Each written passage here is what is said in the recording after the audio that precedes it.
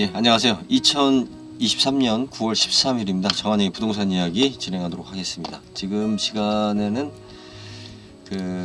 청년 주거부담을 줄이고자 작년부터 시행했다고 하는, 저도 뭐 들은 것 같긴 했는데 뭐 별 관심이 없으니까.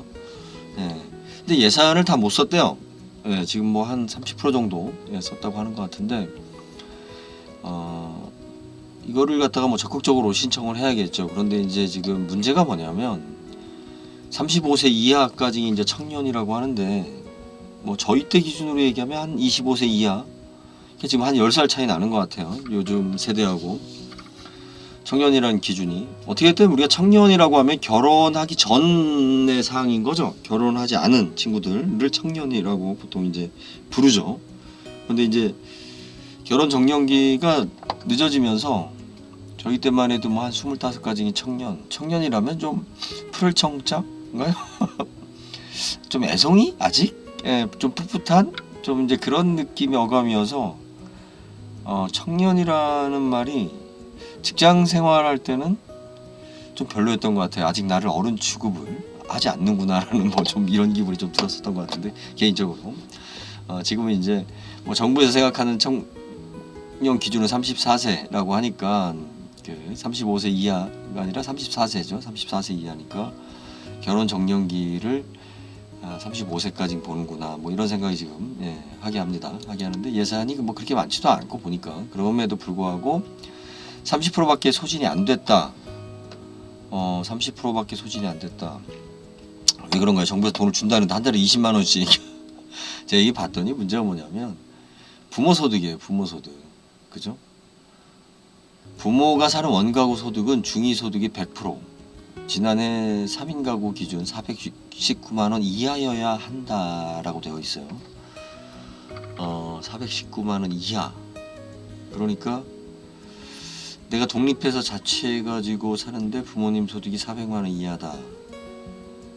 시골 출신들은 될 것 같아요. 농민들 같은 경우는 뭐 농수산물 자체가 이게 부가가치세 대상이 아니니까 매출이 사실은 정확하게 안 잡히죠. 농민들 같은 경우는 부모님이 뭐 농촌에 살면 좀 가능할 것 같은데, 두 가지 문제가 있는 것 같아요.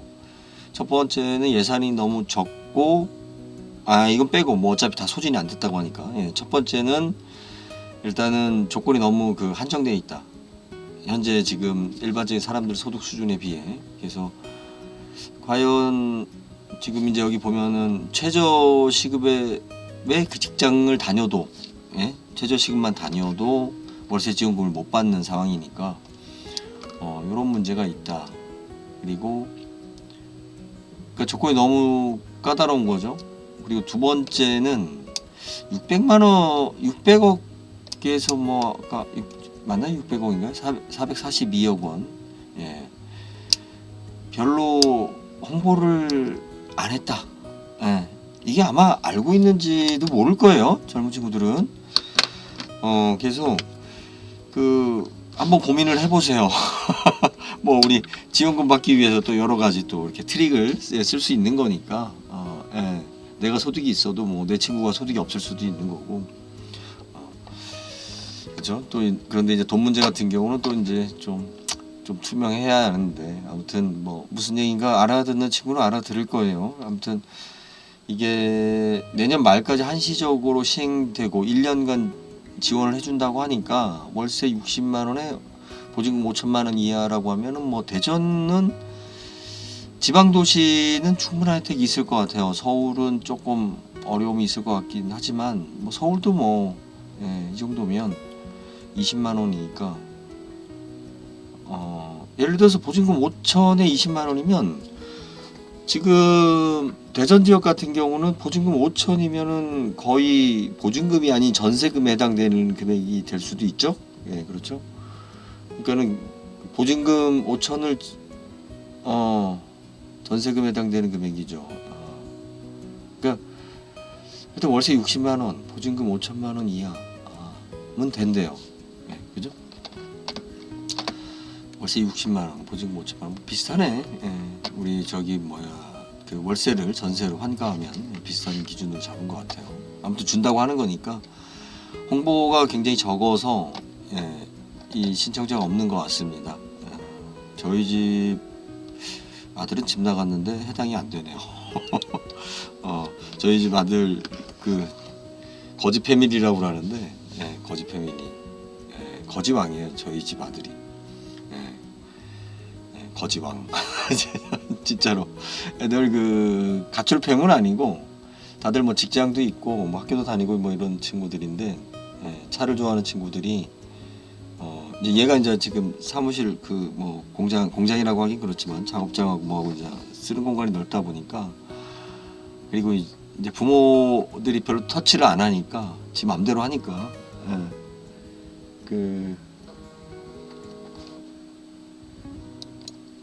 아유 제가 하여튼 전화는 열심히 받습니다. 하여튼 뭐 차를 좋아하는 애들이다 보니까는 뭐 맨날 자기네끼리 모여서 그 오래된 차들 구해서 만들고 뭐 서로 좋아하고 뭐 이렇게 하여튼 또 젊은 날에 재밌는 것 같아요. 좀 알려줘야 될 것 같아요. 저도 알려줘야 될 것 같습니다. 여러분도 한번 생각해 보시고요. 뭐 준다는 거 받아야죠. 그런데 아마 뭐 그냥 뭐 쉽게 좀 주면 안 되나 이렇게 조건 따지고 서류 받고. 그러니까 저는 가장 충격적이었던 것이 뭐였냐면 예전에 수혜의원금을 모아가지고 수혜난 지역에 그 지원금 이제 국민들로부터 모금을 해가지고 돈을 집행해야 되는 사항인데 감사해서 돈을 집행을 안 한 거예요. 돈 받은 사람이 없는 거예요. 그래서 언론에 보도가 났는데 알고 봤더니 집행하기 위한 비용으로 다 썼대요. 그래서 집행할 돈이 없대요. 그러니까 배달비지 배달비. 이 돈을 갖다 주세요라고 아이들이 저금통을 갖다 줬더니 그 저금통 가지고 자기가 돈을 갖다 주러 가는 곳에 택시를 타고 간 거야. 근데 택시비가 부족해서 그냥 돌아온 거야. 이게 뭐 하는 짓이야 이게?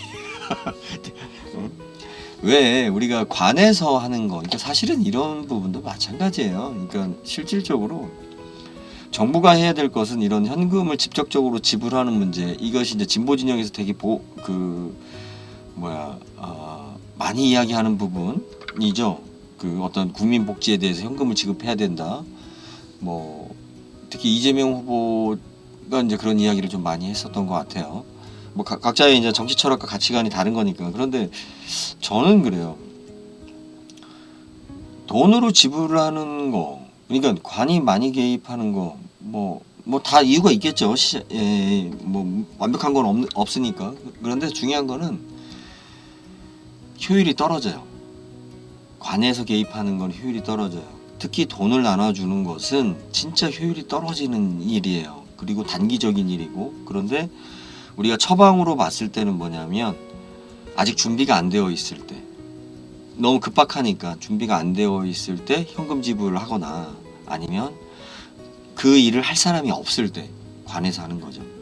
지금 하나디펜스가 방사 업체에서 지금 잘 나가죠. 군사 쪽에서 아주 그냥 뭐 잘 나가는데 처음에 일반 기업이 그걸 했겠어요? 삼성 제일제당 뭐의 장사치였죠. 물건 팔아서 이렇게 돈 남기는 쪽으로. 근데 이제 정부가 박정희 대통령 때 정부가 주도해서 진행을 하다 보니까 이게 돈이 되네라고 하니까 일반 기업들이 들어가는 거죠. 일반 기업들이 갖고 있는 효율성은 100%를 100% 이상 낼 때 어떠한 그 수익이 생기죠. 그런데 관에서는 그걸 뭐 무슨 유리라고 하던데 실질적으로 집행되는 금액의 50%만 그 성과가 나도 굉장히 집행을 잘한 거라고 하더라고요. 50%만 돼도. 그러니까 이것도 마찬가지인 거죠. 이 442억 원을 편성하는 과정 속에서의 업무비라든지 담당자 뭐 이거를 업무 지시 막 이런 걸 에너지를 생각한다라고 하면 이게 442억 원 중에서 실질적으로 보이지 않는 돈, 보이지 않는 지출은 또 얼마나 많이 되었을까. 참 그렇습니다. 그래서 이런 것이 우리 코로나 때 그 앱으로 우리 뭐 다른 모든 업무 처리하면서 우리 일본을 봤죠. 일본이 얼마나 이제 비효율적으로 움직이고 있는지 아주 뭐 적나라하게 비교할 수 있었는데 어찌됐든 모든 정책을 뭐 관을 배제하고 나서 민간에 의해서 맡길 수는 없어요. 민간들은 일단 당장 눈에 보이는 어떤 그 이익을 추구하기 때문에 그 사회가 어떻게 사회 전체 공동체가 나아갈 방향을 제시하는 건 아니죠. 민간 기업들은 자기 집단, 자기 이익을 위해서 움직이는 사람들인 거죠. 물론 이런 큰 테마는 우리가 국가 주도로 그 만들어질 수밖에 없는데 그 후에는 그 후에는 민간들이 참여할 수 있게 열어줘야 돼요. 관에서 붙들고 있으면 안 돼요. 제가 지금 윤석열 정부 보면서 참 별 지랄을 하는구나라는 것을 많이 느끼는데 특히 돈을 안 풀고 있잖아요. 뭐 여러 가지 이유로 빚지면은 뭐 한다. 그러니까 자식들이 굶고 있는데 빚지면 안 된다고 돈을 안 푸는 거야. 그거는 좀 정확한 비유는 아닌 것 같아요. 아닌 것 같긴 한데 어찌됐든 우리가 그 빚 없이 뭐 하는 것이 좋다라고 뭐 이렇게 자꾸 논리를 그렇게 피는데 그건 굉장히 관료적이고 월급쟁이들 입장의 마인드예요. 사업을 하는 사람들은 어떤 식이에요? 빚이 있어야 돼. 빚을 낼 수 있어야만이 기회가 나오는 거죠. 내가 현재 가진 매출 가지고 이 공장 하나, 기계 하나를 못 들여오기 때문에 계속 내가 수작업을 해야 하는 거예요. 그런데 상품을 만들어서 팔았는데 이게 돈이 돼. 잘 팔려. 그럼 어떻게 해야 돼요? 열심히 상품을 팔아서 그 이윤으로 가지고 모아서 기계를 사요? 그 바보 같은 짓이거든. 상품을 런칭을 했는데 잘 팔려. 그러면 바로 어떻게 해야 돼요? 이 잘 팔리는 걸 가지고 빚을 내서, 그죠? 생산성을 높여야 되잖아요. 그래서 더 많은 이윤을 만들어야만이 다른 경쟁자도 뿌리치고 나갈 수 있죠. 이 참 생각하기 싫어하는 사람들이 쉽게 생각하는 거예요. 빚지면 나쁜 거 아니야? 왜 빚을 내서 저기에? 무책임하고 하고 싶은 거 없고 이 사람들은 걱정거리가 없는 사람들이에요. 권력의 집단의 중심에 있는 사람들이거든. 그리고 윤석열 정부가 지금 돈을 갖다 안 푸는 이유 중에 하나가 제가 보기에는 그렇습니다.